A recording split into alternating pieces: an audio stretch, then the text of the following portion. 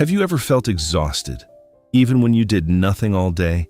Not because your body was tired, because your mind would not shut off. It keeps replaying what went wrong. It keeps warning you about what might go wrong next.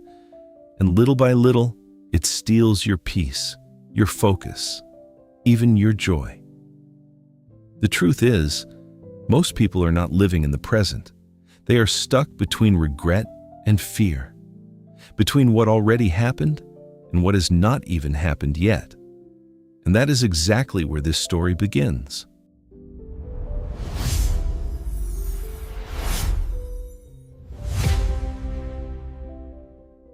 There was once a young man named Marco. From the outside, Marco looked fine. He was young, capable, and determined, the kind of person people expected to do something meaningful with his life. But inside, Marco was fighting a battle no one could see. His mind was constantly restless. Every morning he woke up with thoughts already running, mistakes from the past, embarrassing moments he could not forget, choices he wished he could undo. And when those thoughts finally slowed down, a new wave would hit him. Worry about tomorrow, fear of failure, fear of losing everything, fear that no matter how hard he tried, he would never feel at peace. It was like living with a voice in his head that never stopped talking. He could not enjoy a meal without drifting into worry. He could not walk in silence without replaying old memories. He could not rest without his mind dragging him somewhere else. No matter where he went, the noise followed. Marco tried to outrun it. He kept himself busy. He worked harder. He distracted himself. He told himself to stay positive. But none of it worked, because the problem was not around him. It was within him. One day, after reaching a point where he could barely stand the chaos in his own mind, Marco heard about a man living in a distant village, an old man, quiet, wise, someone people traveled long distances to see. They said he had a gift, not for wealth, not for power, not for success, but for something far more valuable, inner peace. People claimed that after speaking with him, they saw life differently. They felt lighter, clearer, calmer. Marco did not know whether to believe the stories. But when you have been drowning in your own thoughts for long enough, even the smallest hope can feel worth chasing. So he made a decision. He left everything behind and set out for the village. For days, he traveled with one question burning in his heart. How do I silence this storm inside me? When he finally arrived, the village was nothing like he expected. It was simple, quiet, unimpressive. No grand temple, no crowd of followers, no signs pointing toward wisdom, just a peaceful place, untouched by the rush of the world Marco came from. And there, among that stillness, was the old man. Marco approached him immediately. There was no small talk, no pretending, no pride. He poured out everything. He spoke about the anxiety, the overthinking, the fear, the exhaustion of carrying a mind that never let him rest. But then he asked the question that had brought him all this way. Please, tell me how to find peace.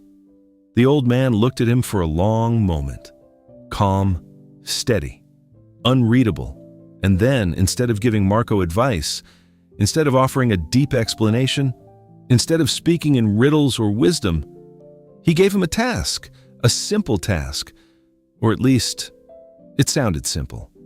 But what Marco was about to learn would challenge everything he believed about peace, attention, and the way the human mind works.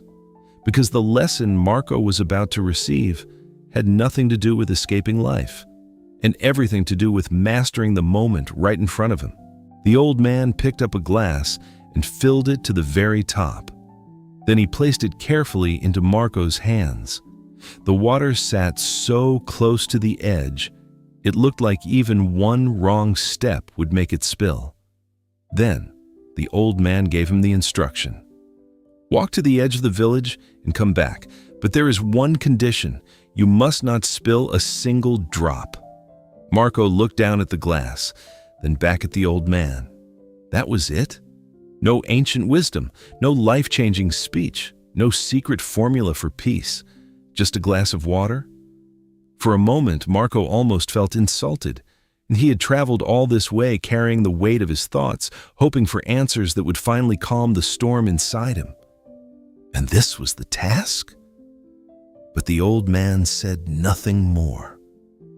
So Marco took a breath, turned, and began to walk. At first, it seemed easy. Just a few careful steps, slow, controlled, measured. But then, reality hit him. The village was alive. People were talking. Children were running through the streets. Merchants were calling out from their stalls.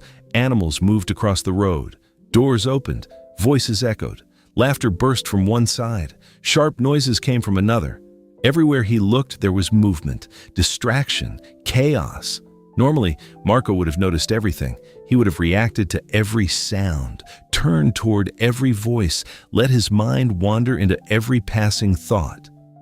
But this time, he could not afford to, because the second his attention drifted, the water trembled. So Marco adjusted. He tightened his focus, steadied his breathing, and fixed his eyes on the glass. Step by step, he kept moving. He stopped caring who was speaking. He stopped wondering what was happening around him. He stopped replaying old regrets. He stopped imagining future problems. There was no room for any of that now. Only the water. Only the next step. Only this moment. The closer he watched the surface of the glass, the quieter everything else became. The noise of the village was still there, but it no longer owned his attention. The distractions had not disappeared, but they had lost their power. And something strange began to happen. For the first time in a long time, Marco's mind was not racing.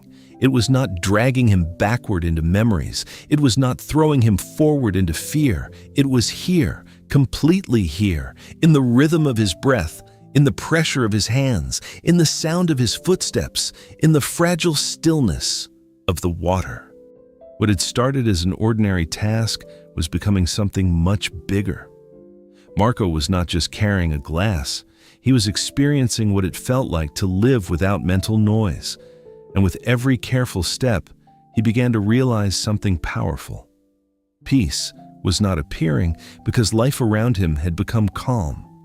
The village was still loud, still busy, still unpredictable. The peace was appearing because his attention had stopped feeding the chaos. By the time Marco reached the edge of the village, turned around, and made his way back, he understood that this task was not about balance alone. It was about mastery, mastery over focus, mastery over attention, mastery over the part of the mind that constantly pulls us away from the only moment we ever truly have. When he finally returned to the old man, his hands were tense. His breathing was deeper, and the glass was still nearly full. He had done it. Not perfectly, not easily, but he had done it. And now, standing there with the glass still in his hands, Marco was about to hear the one lesson that would change the way he saw his mind forever. Because what the old man says next reveals why so many people chase peace their entire lives, without realizing they've been looking in the wrong place the whole time. The old man looked at Marco and asked him one simple question. "While you were walking, what did you notice around you?" Marco paused. Then he answered honestly, "Almost nothing." He admitted he did not pay attention to the people. He barely noticed the noise. He could not remember what anyone was saying. He was not focused on the streets, the stalls, or the movement around him. His attention had been locked on one thing only: the glass. The old man nodded. And then he gave Marco the truth he had traveled so far to hear. When your mind was fully focused on what was in front of you, he said, there was no space left for fear, no space left for regret, no space left for useless noise. Marco stood still, because in that moment, everything clicked. The peace he had been searching for was never hiding in some distant place.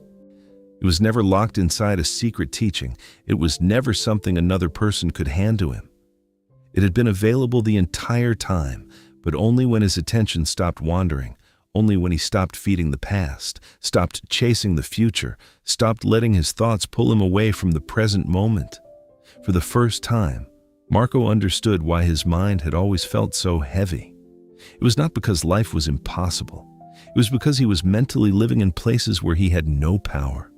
The past could not be changed. The future could not be controlled. Yet those were the two places where his mind spent most of its time, and that constant battle was draining him. But when his attention came fully into the present, when all of his awareness moved into the step he was taking, the breath he was breathing, and the task in front of him, his mind became quiet.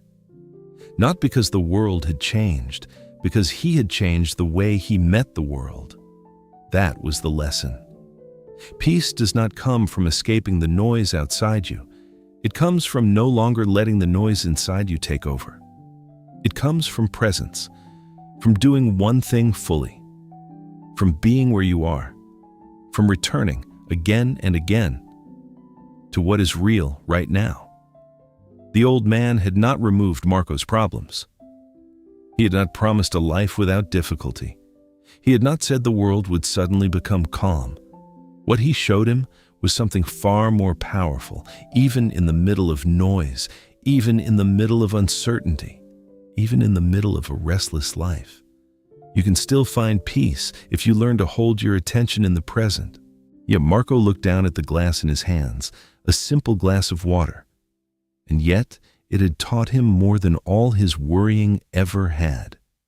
That day, he left the village with something he did not have when he arrived.